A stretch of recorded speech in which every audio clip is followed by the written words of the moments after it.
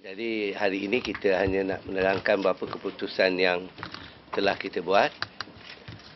Antara keputusan yang penting ialah kita tidak lagi akan menerima permohonan untuk pembangunan yang tanah tinggi yang dia punya kecerunan, that means dia punya elevated slope, iaitu kelas 3 dan kelas 4, iaitu slope yang 25% dan ke atas, maknanya dia punya slope tu.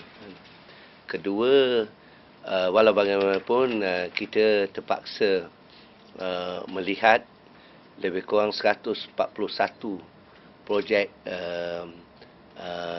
tanah tinggi yang dibuat di tanah tinggi yang telah diluluskan dan dalam proses pembinaan. Tadi Exco menentukan bahawa kita akan tetapkan satu jawatan kuasa yang akan diperangi oleh saya, Saudara Ronnie Liu dengan YB Teresa, dan ini ialah untuk tempat-tempat ibadat bukan Islam, dan kita akan dapat turun padang dan terima beberapa aduan dari semua pihak tentang koil, kerja, guru berada dan apa-apa ibadat yang Buddhismenya juga.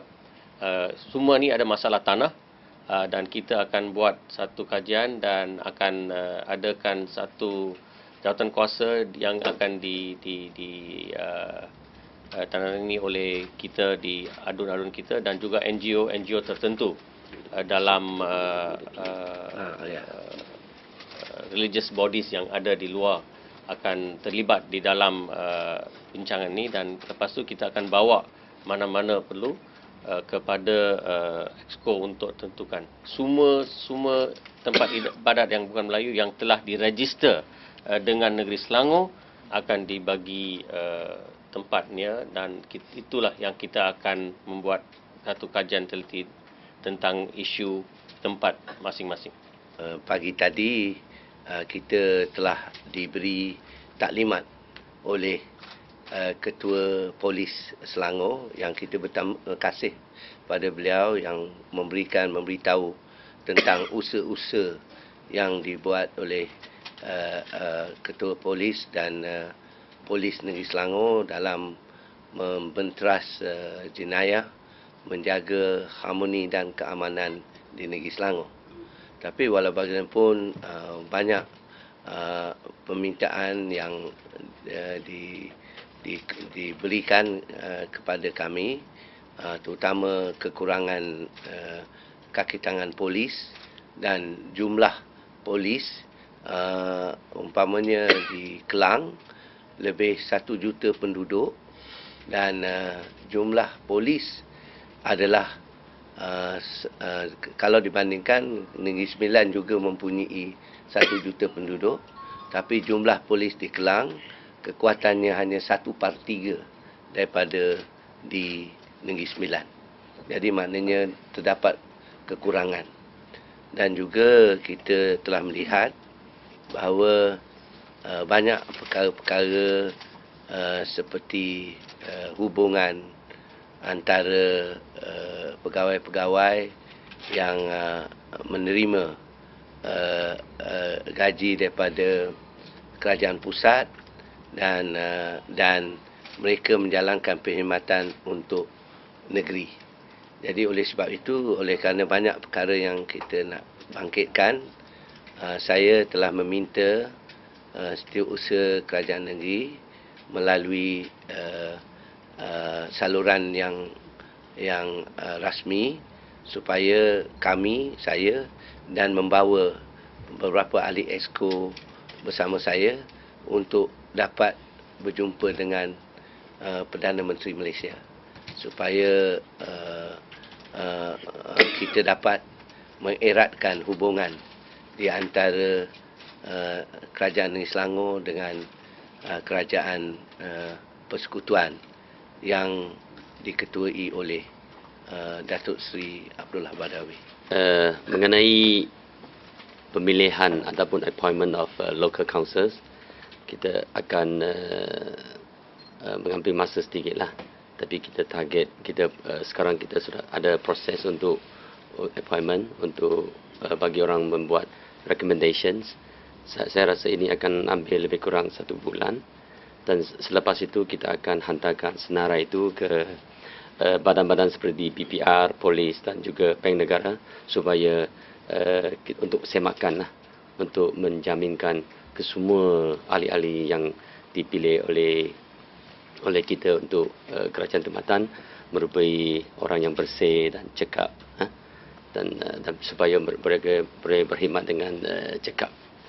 Yang kedua, kita telah mengadakan perjumpaan dengan kesemua 12 YDP di perbandaran dan juga munisipaliti, dan satu konsensus sudah dicapai lah. Kita akan cuba menjadikan Selangor lebih hijau, lebih bersih dan lebih selamat. Itu tujuan kita lah. Jadi kita minta kerjasama bukan saja YTP dan juga orang awam lah, supaya kita boleh bersama-sama menjadikan Selangor lebih hijau, lebih bersih dan lebih selamat. Dan untuk tujuan itu, kita pun mencapai satu konsensus. Kita akan review lah ataupun menyebab balik cara kita mengambil sampah, satu tinjauan lah untuk yang seluruhnya, yang menyeluruh mengenai cara kita mengutip sampah. Ini akan ada kita adakan perbincangan lah, dalaman dan juga dengan alam flora dan juga parking system. Parking system kita juga akan mengadakan perjumpaan dengan semua concessionaires parking, kerana kita difahamkanlah amount untuk compound parking itu sangat tinggi lah, sudah lebih tinggi daripada 70 juta. Jadi kerajaan baru tidak boleh secara terburu-buru katakan semua compound tidak dibuang. Kita tak boleh buat macam itu. Jadi kita kena buat tinjauan sebelum kita mengadakan satu keputusan. Itu saja. Ada lebih kurang 141 projek perumahan terbengkalai lah, terkendala di seluruh sini Selangor, dan kita akan mengadakan perbincangan dengan pihak Kementerian Perumahan dan Kerajaan Tempatan, melihat macam mana kita nak menyelesaikan masalah ni lah. Dan dalam banyak kes kita melihat bahawa rumah-rumah tu penduduknya ada, pembelinya ada, tapi dalam banyak kes ia tidak diteruskan. Duit telah dibayar kepada pihak pemaju, ada yang sampai 70%, tetapi ianya tidak dapat diteruskan. Semalam kita ada satu projek di Puchong, dan saya rasa telah dilaporkan dalam akhbar, dan itu sebenarnya pemantauan daripada pihak majlis daerah, dan kita telah berjaya hampir menyelesaikan perkara tersebut. Tapi dalam banyak kes ia memerlukan input daripada pihak persekutuan, iaitu Kementerian Perumahan dan Kerajaan Tempatan, dan untuk tindakan selanjutnya kita akan mengadakan perbincangan dengan mereka. Dan tiap-tiap 6 bulan kita ahli-ahli Exco dan Menteri Besar memberi tahu tentang what they call the assets, holdings and relating to their personal interest. So that's have been done. We'll make public only the general data, because we do see there is issues relating to the place where they own the asset, the holding. We are not going to. We will make available to the public only on the value of the holdings, not the details of the holdings. Yeah, but government and what they call